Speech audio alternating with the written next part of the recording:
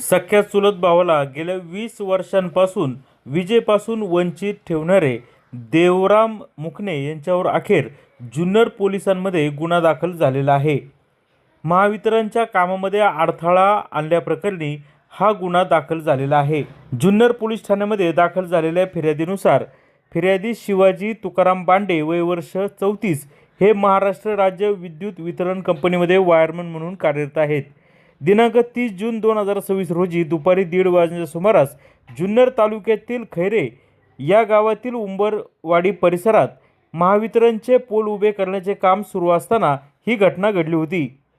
आरोपी देवराम सुभाष मुकणे राहणार खैरे यांनी घटनास्थळी येऊन महावितरणच्या कामाला विरोध केला, तसेच सरकारी कामात अडथळा निर्माण करत फिर्यादीला शिवीगाळ व दमदाटी केली होती।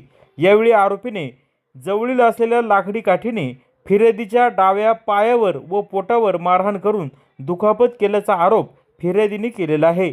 या प्रकरणी जुन्नर पोलीस ठाण्यामध्ये भारतीय न्याय संहिता BNSचे कलम 132, 115, 351(2), 352 अंतर्गत गुन्हा दाखल करण्यात आला असून या प्रकरणाचा पुढील तपास police head constable Tukaram More हे करत आहेत।